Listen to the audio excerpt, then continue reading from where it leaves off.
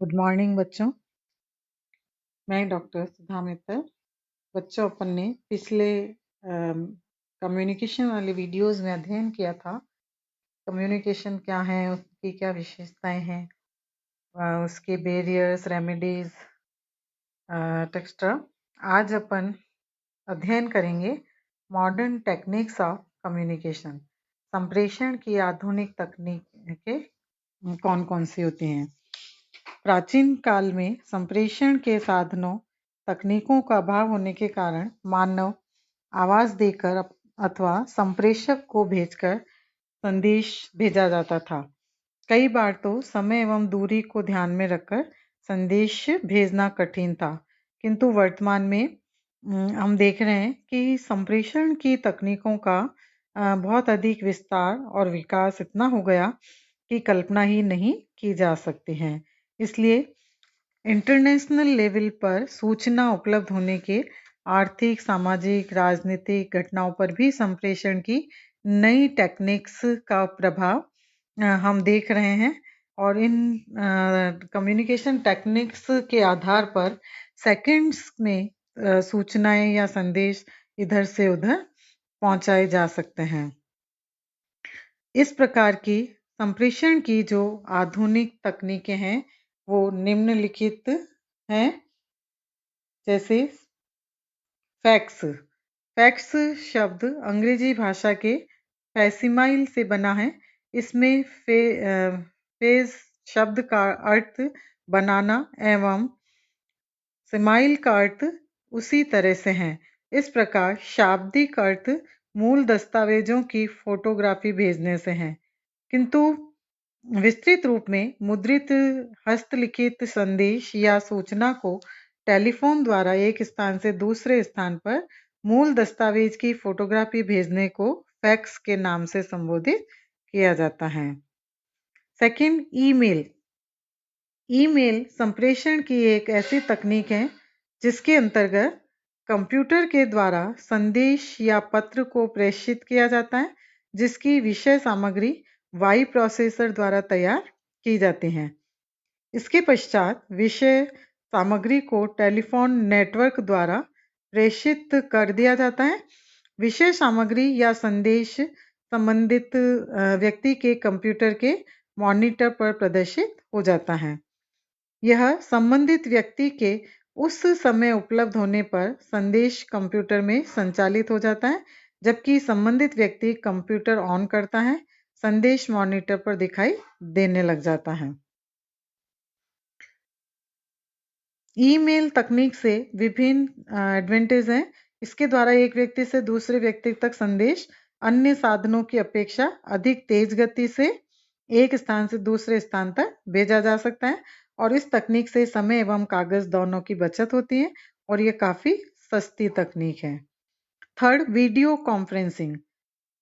आधुनिक संप्रेषण की यह एक ऐसी तकनीक है जिसमें दो व्यक्तियों के बीच सजीव वार्ता होती है, यानी उनकी आवाज और चित्र दोनों का प्रेषण होता है।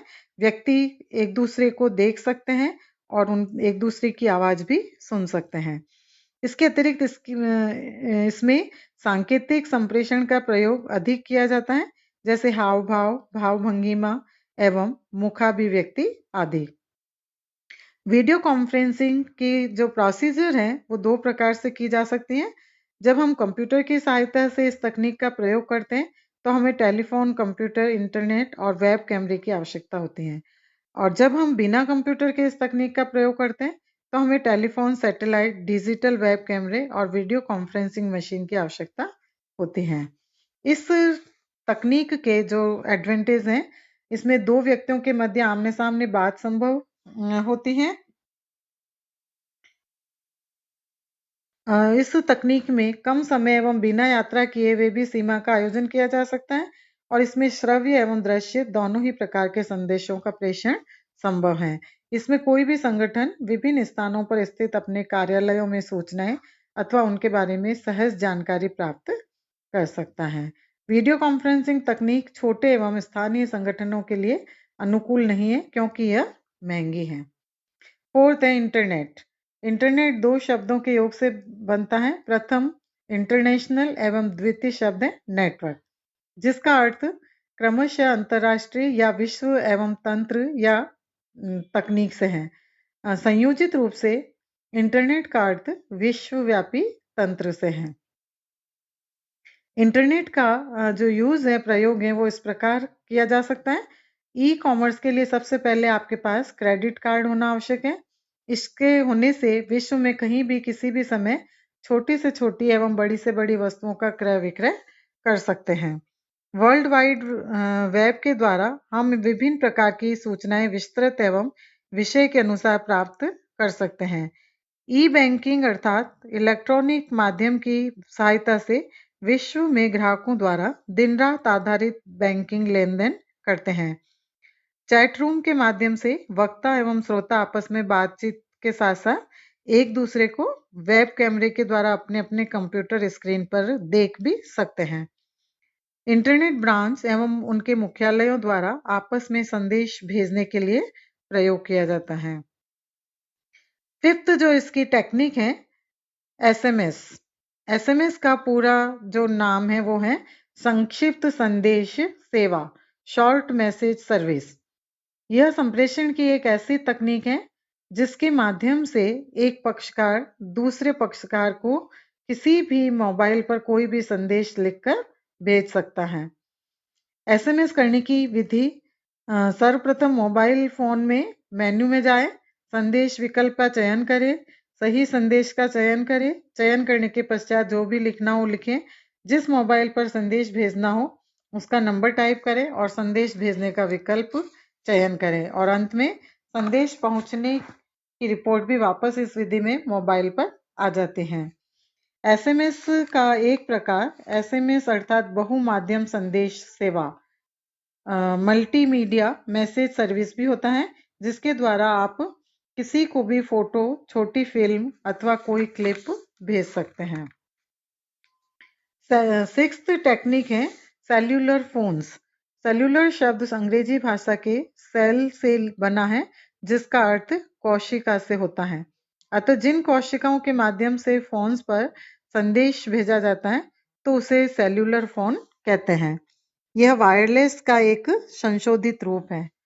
सेल्यूलर फोन को मोबाइल फोन भी कहते हैं। तो आजकल वर्तमान समय हम देख रहे हैं कि छोटे बच्चे से लेकर हर व्यक्ति के हाथ में इस प्रकार का सेल्यूलर फोन्स दिखाई देता है। जहां तक सेल्यूलर फोन की कार्यप्रणाली का प्रश्न है, इसके लिए कहा जा सकता है कि इसमें एफएम ट्रांसमीटर लगा होता है जो संदेशों को शब्द की आकृति के रूप में घटा बढ़ाकर संकेत के रूप में